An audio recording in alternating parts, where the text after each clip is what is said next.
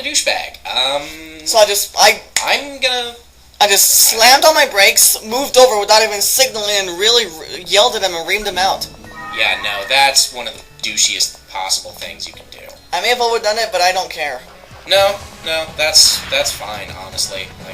I just told him, turn around, put your seatbelt on, and roll up the window. Yeah, no, that's... And it was right, and it was... That catcalling like that is incredibly douchey. It's called catcalling? Yeah. Stuff like that is called catcalling. That's incredibly douchey. It's incredibly disrespectful. It's... Yeah, no, fuck the guys who do it, and fuck the guys who think it's okay. And then one time, before that, I had him yell at some pedestrians that were crossing the street that I was waiting for to get out of the way. Yeah, no. But anyway, we were on the... When he yelled at that chick about the nice ass and everything, we were right by the school, but... I'm not the kind of guy to kick people out. No, honestly, I would have. Well, I mean, I gave him a... We were right by the school, and I could have kicked him out there, but I gave him one chance, and... Admittedly, and to be fair, he did stop. But once him and one of my other friends got kicked out for something... I think something similar with another friend. They got kicked out by the hospital for, like, general misbehavior or something. Now, even if they did something to really make me mad, I wouldn't just kick them out in the middle of nowhere. I would at least take them back to the school. Because I'm not... No, I'd have just kicked them out. I just don't have it in me. Call me too nice, I don't care. Man. People gotta suffer for their actions. If they gotta suffer the consequences. I mean, ironically enough, they called me, see if they could give me a ride. I could give them a ride. Of course they did. And then I got kicked out. Well, that was before their behavior took a turn for the worse. But they ended up just calling one of the kids' grandma. Well, this mine area is not too bad of a dungeon, I guess. I guess I just feel kind of disappointed that... I don't know. There's something about the way this game is set up that it's not really all that satisfying.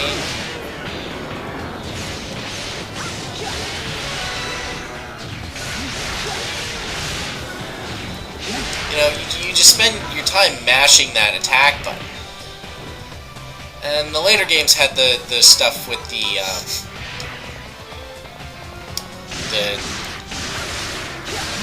I don't remember what they called it, but it was, you know, if you timed your swings right in the combo, you'd have extra damage, which was nice. Put an actual little bit of responsibility for your skill in the player's hands. And I feel like that's a really good, like, generally speaking, that's something that should be done with games, is you want to put success in the hands of the player and make it depend on their skill with the game. So, did you have any personal bad experiences with students, regardless of grade in school? A few, but we've kind of moved on from that subject now. You know, which is why I was talking about a different subject.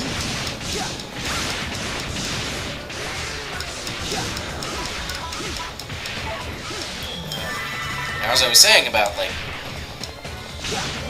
you know, it comes down to a game should be based on the player's skill. You know, here it just basically comes, like, it really does basically come down to numbers. You mean button mashing? Yeah, button mashing and having bigger numbers. Isn't that what Kingdom Hearts is? No. Kingdom Hearts has combo mechanics and the reaction commands from like Kingdom Hearts 2 on, and there's always an element of strategy to the fights. You know, and you set up you set up your combos. You use the ability system to set up your combo attacks and equip special attack skills. There's always a meaningful choice. That reminds me, there's supposed to be a new secret movie in the 2.5 remix. I wouldn't be surprised. Like that's a meaningful choice. Now that's a good concept to rely on. I think in this game, particularly, meaningful choice kind of gets a little muddled. Can RPGs be button mash? Like Dragon Quest VIII or Arcalad? Well, this is technically an RPG. We're short one key. And I always think of an RPG as a turn-based thing. You're thinking specifically of a turn-based RPG. Okay, can turn-based RPGs be button mashers? Well, not really, no. By definition. Which leads me to a question. This is more of an action RPG. What do you prefer, turn-based or action-based? Action. I prefer action RPGs like this, Kingdom Hearts. Although you do like Dragon Quest VIII and Arcalad at the same time. Well, yes, I have a preference for action RPGs. I bet you like Arcalad better, don't you? Yeah. And honestly, Arcalad feels like it has a little more, personality to it. I mean, because there's more talking and more... Well, there's more actual character dialogue, there's more actual character development. Because, I mean, we don't... Like, after the initial arc we have where we're introduced to these characters, to each of our party members... In Arcalad? No, in Dragon Quest VIII. Like, Jessica's personality, she doesn't get any real further development after we avenge her brother. Like, that's it. Okay, dead brother, you're a mage, you join us. Fantastic! What else happens with your character? Okay. She levels up and learns more magic? I don't know. Yeah. Like, in the yeah, and well, hell, Angelo gets more character development than she does. Or, hell, even Yangus gets more character development than she does, and he's in the party from the beginning, gives the explanation that, yeah, I was a bandit, and I basically just shacked up with this guy because he could have killed me, and he didn't. I don't know, maybe Jessica wasn't as important to the... Which kind of bothers me. Like, if you're gonna have a party of heroes that are, supposed to save the world, shouldn't all of them be important to that? Like, really? Yeah, use the goggles to search for hidden traps. So yeah, here the floating mines will start showing up, which you can reveal using the goggles and then shoot, if you had a gun.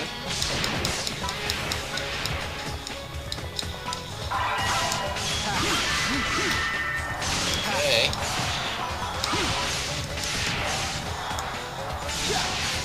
Alright.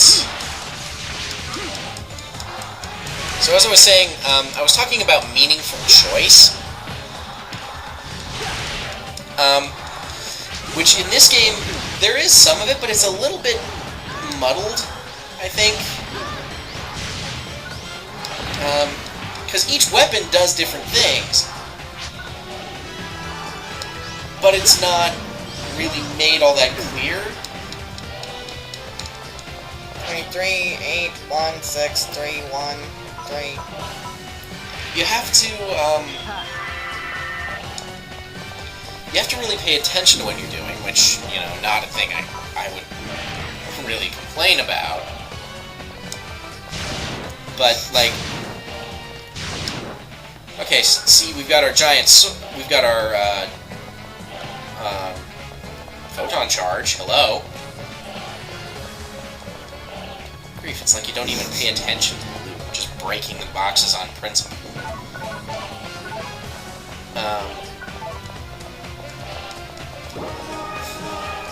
Like, you've got this big sword here, which is,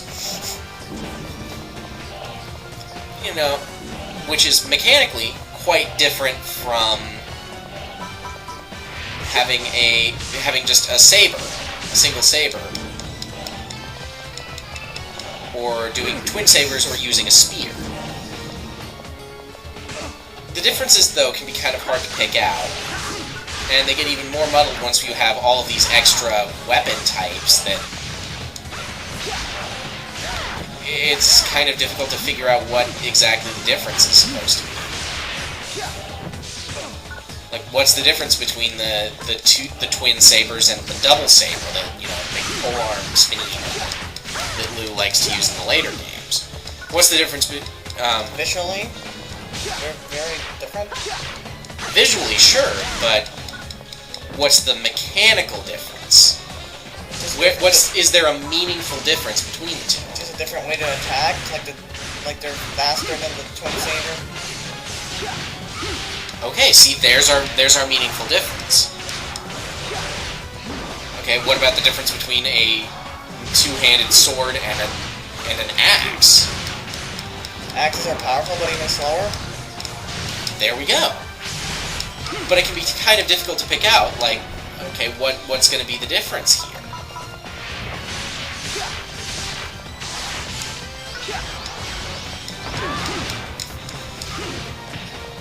And that's the thing I like about, Kingdom Hearts has a lot of meaningful choice. Because the weapons give you descriptions of what they do, like, Magnus Staff increases, for Donald, increases MP max by 1. Right, in the first game. Yeah, there's an actual okay. I have my issues with how the weapons are kind of set up.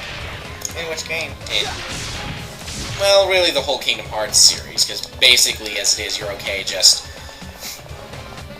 Oh yeah, you got a new Keyblade. Equip it! You're good. You're good until you get the next upgrade.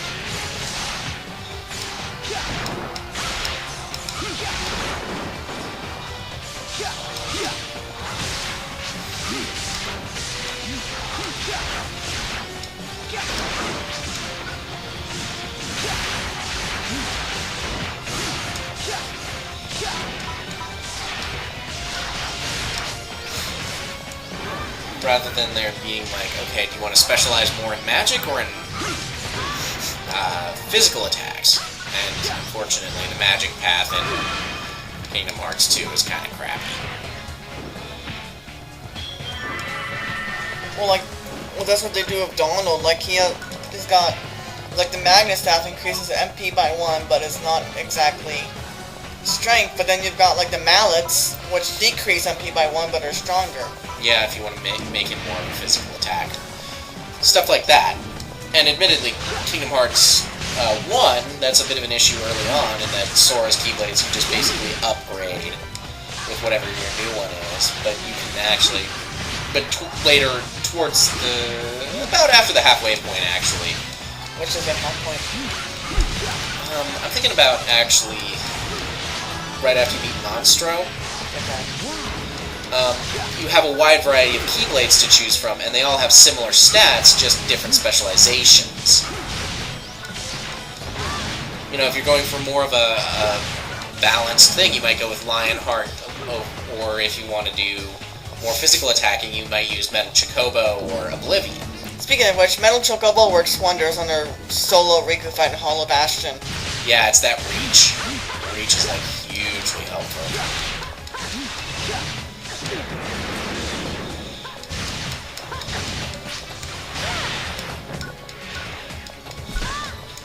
Many people suggested that blocking should be controlled here, but that would kind of take the fun out of it.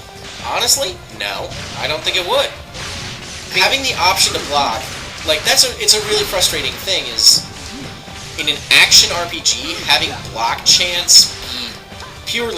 blocking be purely chance-based can be really frustrating. Because your character can be built for 40. If you want your character to be, a defensive powerhouse, blocking is a really good way to do that. But you don't have any command over how effective your blocks are or how frequent they are.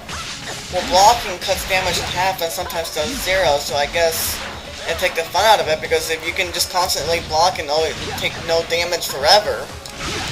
Well, but most games take that into consideration. Like, it's, you know, blocking would only reduce your damage by half, but obviously you can't move very well if you're focusing on your defense. In Kingdom Hearts, you can completely reflect it and abuse that, I guess. Well, yes, but you have to time it right. And therein lies the skill. That's the engagement. That's the meaningful choice. That's like, okay, do I want to just evade this attack and not take any damage? And I can probably do that better than I can block that. Or I can try and block this attack, and I may screw up and get myself hurt. Or I might completely deflect the attack and get a bonus in as well. No, it's not much of an issue in turn-based games like Art the Ladder, where you have like an evasion of 40. Well, yeah. And then a guard of like 35, or like 4. I've got another key. I guess that's for that door, which is probably a side area. I'm pretty sure evasion in Dragon Quest VIII is based off agility, but I'm still not completely sure. Yeah, probably. It would help if they actually described it. But in Art the Lad, your guard doesn't go up, but your avoid does, and like you could have a guard of 4, and then it's a bit of a weird choice. Yeah, that's something I've always wondered. Counter, critical, guard, and movement. Movement I can understand, but the others never. But all of those don't never increase in levels. Yeah, it's probably because they want to make that solely equipment based, but I'm not sure of the rationale behind that. Like I can understand movement because you can't be able to move everywhere. Well, yeah, but there are some items, there's some pieces of equipment that improve your movement ability. Not equipment, there's just an item. Oh, just an item. Oh, right. But anyway, yeah, you have that ability. But movement is hugely important in a tactical RPG like Art the Lad, Twilight of the Spirits. However, I don't think it would have broken the game if guard, counter, and critical leveled up. Depends. Partly on how those things are calculated. Sometimes people make those based on the relative level, you know, your character's level versus that of the enemy. Because guard and avoid go hand in hand, and avoid goes up, but guard doesn't. Well, they don't necessarily, and they don't go hand in hand. Well, yeah, they're two different kinds of defenses. Avoiding is completely avoiding damage, and guarding cuts damage in half. Well, yeah, but they're two completely different methods of avoiding damage, to some extent. For example, well, and that's the reason that some systems separate them. Like Exalted's combat system. You have two different defense values that you can apply to an attack. You can try to parry the attack and block it, which will use your parry defense value, or you can just opt to try and evade it entirely, which is your dodge defense value. They both prevent you from taking damage. In Exalted's case, completely. You won't, blocking doesn't reduce the damage. That's for a different stat. But they fall into this. But they're different focuses and they're different flavors for their characters. An archer is going to want to rely much more on dodge because have you tried to block sword swings with a bow? Not a great idea. Maru can do it. Okay, but that's in a tactical RPG, and quite frankly, a bow is not a good thing to parry with. Under normal circumstances, he'd probably get his bow broken. I wonder how he does that. Maybe he has a super duper strength bow. Yeah, maybe. I mean, Exalted, that's not as much of the case if you've got an artifact bow, but artifact weapons are completely indestructible. Almost completely indestructible. There's very special exceptions. Since we just talked about it, how about, would you say the other characters' blocking animations are more real? Card does his sword. Paulette, Card uses his sword. Paulette, I have no idea how the hell that's supposed to block damage, because it's a string. The spinning? Yeah, that's really, deflection, I guess. They had to have an actual animation for it, so I guess that works. But let's see. Gans blocks with his axe, and just tucking his arms in front of his face. Jana uses her arms or something. Yeah, and that's relatively viable. You wouldn't want to block bullets with your arm, but she does. But I'm not sure if it's quite exactly her arms or it's not her optical gun. She puts her hands in front of her like this. Yeah. Yeah. No, that's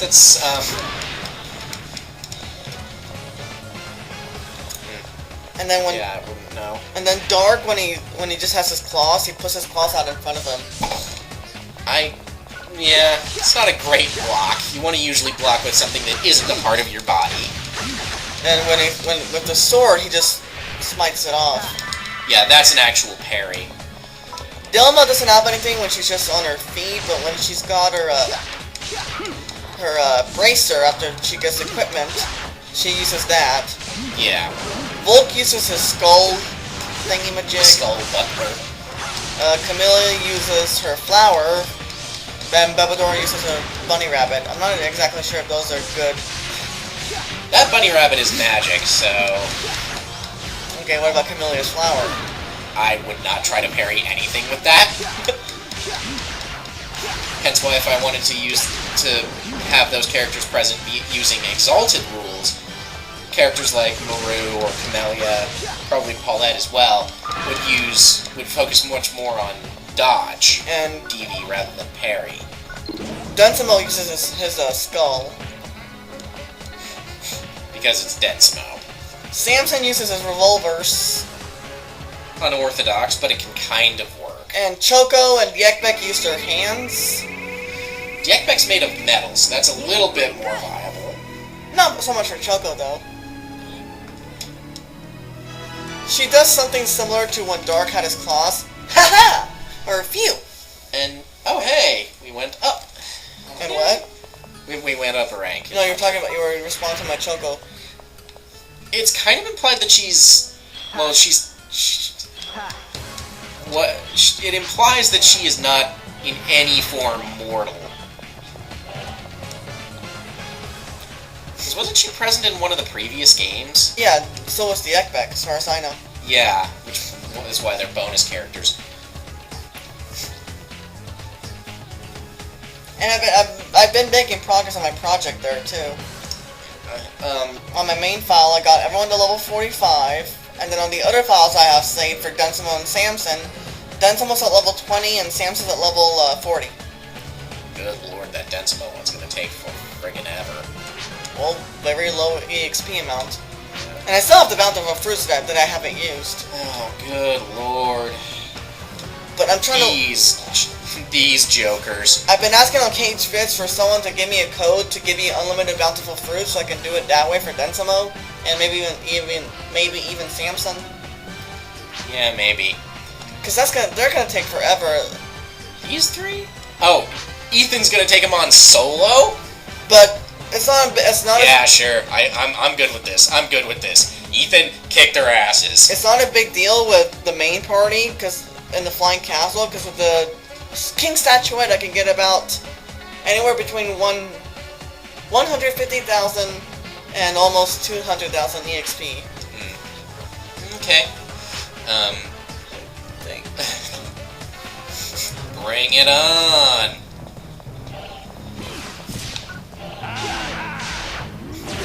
In Dragon Quest VIII, you can have complete control over cutting damage in half with the defense. He just Fist of the North Star.